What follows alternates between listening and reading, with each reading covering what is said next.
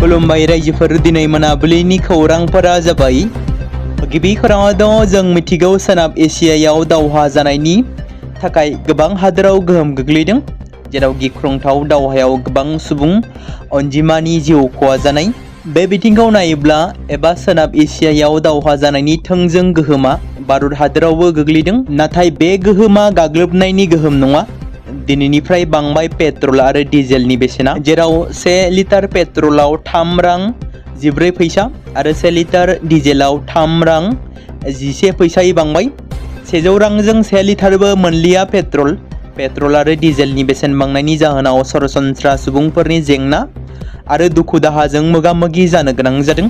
गुबैयै पेट्रल आरो डिजेलनि बेसेन बांनाया गेजेर थाखो, गाहाय, गेजेर थाखोनि आरो गोरिब सुबुंफोरनि गेजेराव गुलाय-गुजाय थासारि सोमजिहोदों। पेट्रल आरो डिजेलनि बेसेन बांनायनि गोहोमखौ क'क्राझार टाउनावबो नुनो मोननाय जादों।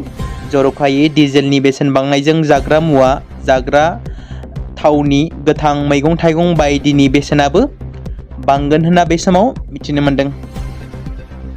तामिलनाडुआव बिजय थालापातीया गिबि मन्थ्रिनि मासियाव जिरायनायनि उनावनो गाहाय मन्थ्रिनिसिम लाइजाम लिरदों। बेजों लोगोसे बिजय बिथाङा गाहाय मन्थ्रिनो बेखौबो मिथिहोयोदि गोथां मुवानि बेसेन बांनायनि जाहोनाव हादोरसानि सि-जोम खोन्दोआ गोब्राब खैफोदजों मोगा-मोगि जागासिनो दं।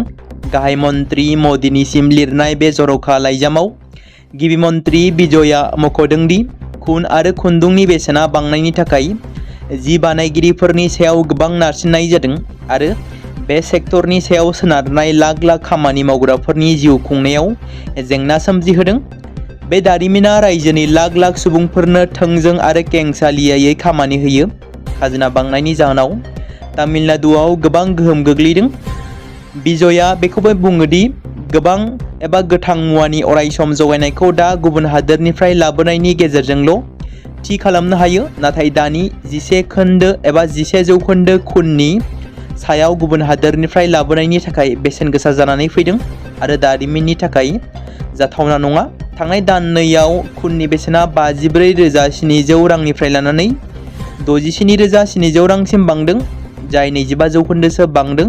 बे समावनो खुन्दुंनि दामा 1 किल'ग्रामाव 301 रांनिफ्राय गोबां रांसिम बांदों होनना लिरदों तामिलनाडुनि CM बिजय थालापातीया।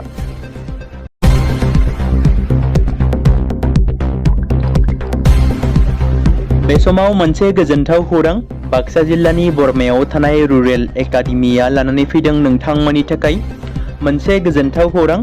थांनाय SSLC आरो हायार सेकेन्डारिनि आनजादाव जाय फरायसा आरो फरायसुलिफोरा उथ्रिसारनो हायाखैमोन एबा फेल जादोंमोन, बेनि थाखाय रि-एग्जाम होफिननो गोसो गुदुं फरायसाफोरा थाबैनो बरमा सेकेन्ड गेटआव थानाय रुरेल एकाडेमियाव मुं थिसनफैनानै मेट्रिक आरो HS आनजादखौ होफिननो हागोन। बेनि अनगायैबो जाय फरायसाफोरा थांनाय मेट्रिक आरो HS आनजादाव नांगौ बादि जौखोन्दो एबा मार्क्स लानानै उथ्रिसारनो हायाखैमोन, बिथांमोनाबो बे रुरेल एकाडेमियाव एडमिशन खालामफैनानै मार्क्स इमप्रुभमेन्ट खालामनो हागोन।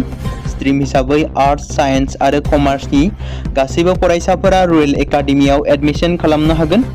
बेनि थाखाय थाबैनो 8761903455 नङाब्ला 87203585 जानबुं नम्बराव जगाजग खालामहरनो हागोन।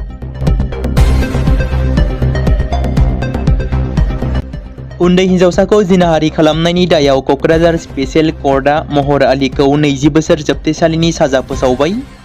उन्दै हिन्जावसाखौ जिनाहारि खालामनायनि दायाव दायनिगिरि महर आलीखौ 20 बोसोर जोबथेसालिनि साजा फोसावबाय। क'क्राझार बिजिरसालिया मख'जाथावदि क'क्राझार बिजिरसालिनि स्पेसियेल जाज नुर जामाल हकनि सामलायनायाव दिनै क'क्राझार जर'खा बिजिरसालिया 15 बोसोर बैसोनि उन्दै हिन्जावसाखौ जिनाहारि खालामग्रा दायनिगिरि महर आलीखौ 20 बोसोर जोबथेसालिनि साजाजों लोगोसे 20,000 रां जुरिमानाबो फोनाङो। गसाइगाव महकुमानि सिङाव थानाय जयमागुरि गामिनि बिजन मुसाहारिया गोमानानै दं। गसाइगाव महकुमानि सिङाव थानाय जयमागुरि गामिनि थागिबि हिरिम्ब मुसाहारि आरो चरला मुसाहारिनि आंगो फिसाज्ला बिजन मुसाहारिया गावनि आंगो नखरजों लोगोसे गावनि आंगो बिसि बिरला मुसाहारि आरो 30 दाननि उन्दै फिसाजो मदिना मुसाहारिखौ नागारनानै गुबुन जायगायाव आनज्रायनानै दं। बिसि बिरला मुसाहारिया फोरमायनाय बायदिब्ला गावनि फिसाय बिजन मुसाहारिया बिसमुरि ओनसोलनि महनपुर गामिनि माइदांस्रि बसुमतारीजों गोबाव समनिफ्राय सोमोन्दो दं होननानै फोरमायथिदों आरो बेजोंनो सिगां समाव 8 दान गुबुन जायगायाव खारलांदों होननानै फोरमायथिदों आरो एबारबो बेजोंनो खारफिनबावदों होननानै सन्देह खालामदों बिसि बिरला मुसाहारिया।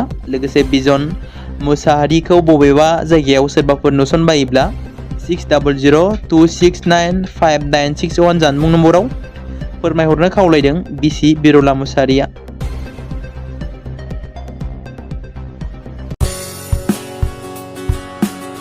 बे समाव मोनसे गोजोनथाव खौरां। क'क्राझार जिल्लानि सिङाव थानाय बड'लेण्ड एकाडेमि सेनियर सेकेन्डारि स्कुला लानानै फैदों बिटिसि हालामनि थाखाय मोनसे गोजोनथाव खौरां।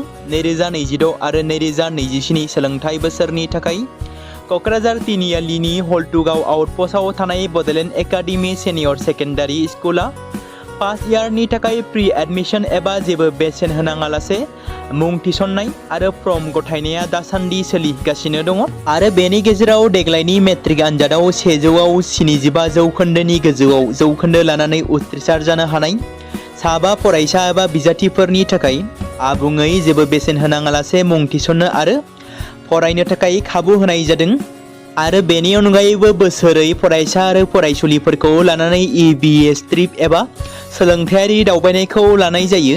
मख'जाथावदि बे बड'लेण्ड एकाडेमि सेनियर सेकेन्डारि स्कुलाव आर्ट्स स्ट्रिमनि थाखाय आयदा हिसाबै इंलिश ML बड', political science education, history, economics, advance बड' गासैबो आयदाखौ मोननो हागोन आरो बे सेकेन्डारि स्कुलाव इंराजि आरो बर' बिजोङा थागोन।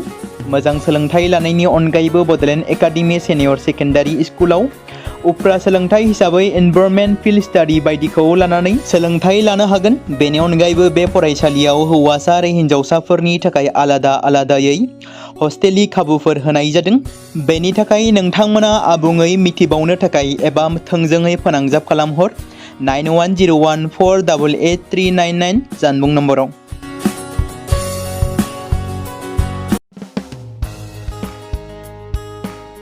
बे समाव मोनसे गोनां फोसावथाय बर' सावथुन नायनानै मोजां मोनग्रा गासै बर' रायजो राजाफोरनि गेजेराव लानानै फैदों मोनसे बर'नि OTT प्लेटफर्म गोनां, जाय प्लेटफर्मनि गेजेरजों नोंथांमोना बर'नि गोदान गोजाम सावथुनफोरखौ नुनो मोनगोन।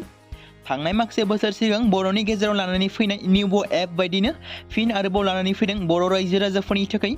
बे बाथ्राखौ मख'नाया गोनांदि 2025 मायथाइनि जानुवारि दानाव ओंखारनाय आंगो स्ट्रिम मुंनि मोनसे OTT प्लेटफर्म गोनां निउबो एपनि गेजेरजों नोंथांमोना गोबांथार बर'नि सावथुनफोर जेरै ट्रेजेडि, रमान्टिक, एक्शन आरो कमेडिजों बुंफबनाय सावथुनफोरखौ नुनो मोनगोन। जेरै सनानि नखर, थांखि गैयै समाज, अनसुला आफा, हिर', बिमा बायदि बाजै, अर, थैसाम, वान्टेड, संदान आरो रं नाम्बार बायदि सावथुनफोरा मख'जाथाव। बेफोर सावथुनफोरखौ नायनो थाखाय नोंथांमोना गिबियावनो आंगो स्ट्रिम एपखौ गाव गावनि मबाइलाव थानाय प्ले स्ट'रनिफ्राय डाउनल'ड खालामनानै लोगोसे इनस्टल खालामनानै गावनि मबाइल नाम्बारजों लगइन खालामनानै लाग्रोनांगोन। बेनि उनाव नोंथांमोना गोबांथार नुनो मोनै सावथुनफोरखौ गुगोल पे, फन पे आरो पेटिएमजों रं नाम्बार सावथुनखौ नायनो थाखाय 60 रां आरो संदान सावथुनखौ नायनो थाखाय 80 रां, वान्टेड सावथुनखौ नायनो थाखाय 60 रां, थैसाम सावथुनखौ नायनो थाखाय 60 रां बेबायदिनो गोबांथार नुनो मोनै सावथुनफोरखौ नायनो थाखाय सुबिदा खालामनानै होदों आंगो स्ट्रिम प्लेटफर्मा। फिन नोंथांमोननि गेजेराव फोरमायबावनो लादों बर' सावथुन नायनानै मोजां मोनग्रा गासै बर' रायजो राजाफोरनि गेजेराव लानानै फैदों मोनसे बर'नि OTT प्लेटफर्म गोनां, जाय प्लेटफर्मनि गेजेरजों नोंथांमोना बर'नि नुनो मोनै सावथुनफोर जेराव गोदान गोजाम सावथुनफोरखौ नुनो मोनगोन। बे बाथ्राखौ मख'नाया गोनांदि 2025 मायथाइनि जानुवारि दानाव दिहुनजानाय आंगो स्ट्रिम मुंनि मोनसे OTT प्लेटफर्म गोनां एपनि गेजेरजों नोंथांमोना गोबांथार बर'नि ट्रेजेडि, रमान्टिक, एक्शन आरो कमेडिजों बुंफबनाय सावथुनफोरखौ नुनो मोनगोन। जेरै रं नाम्बार, संदान, वान्टेड, थैसाम, अर, बिमा बायदि बाजै, हिर', अनसुला आफा, थांखि गैयै समाज, सनानि नखर बायदि बायदि सावथुनफ्रा मख'जाथाव। बेफोर सावथुनफोरखौ नायनो थाखाय नोंथांमोना गिबियावनो आंगो स्ट्रिम एपखौ गाव गावनि मबाइलाव थाखानाय प्ले स्ट'रनिफ्राय इनस्टल खालामनानै गावनि मबाइल नाम्बारजों लगइन खालामखांनायनि उनाव नोंथांमोना गोबांथार नुनो मोनै सावथुनफोरखौ गुगोल पे, फन पे आरो पेटिएमजों रं नाम्बार सावथुनखौ नायनो थाखाय 60 रां, संदान सावथुनखौ नायनो थाखाय 80 रां, वान्टेड सावथुनखौ नायनो थाखाय 60 रां, थैसाम सावथुनखौ नायनो थाखाय 60 रां बेफोरबायदिनो अर सावथुनखौ नायनो थाखाय 60 रां पे खालामनांगोन। बेबायदिनो गोबांथार नुनो मोनै बर' सावथुनफोरखौ नायनो थाखाय सुबिदा खालामनानै होदों आंगो स्ट्रिम प्लेटफर्मा।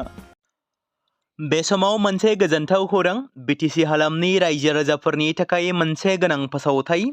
क'क्राझार जिल्लानि सिङाव थानाय बड'लेण्ड एकाडेमि सिनियर सेकेन्डारि स्कुला लानानै फैदों गोजोनथाव खौरां। बड'लेण्ड एकाडेमि सिनियर सेकेन्डारि स्कुला 2026 आरो 2027 सोलोंथाइ बोसोरनि थाखाय लानानै फैदों नार्सारिनिफ्राय लानानै थाखो 9 सिम फरायसा आरो फरायसुलिफोरनि गुन गोनां सोलोंथाइनि थाखाय खम बेसेनावनो गोदानै मुं थिसननायनि खाबुखौ होगासिनो दं।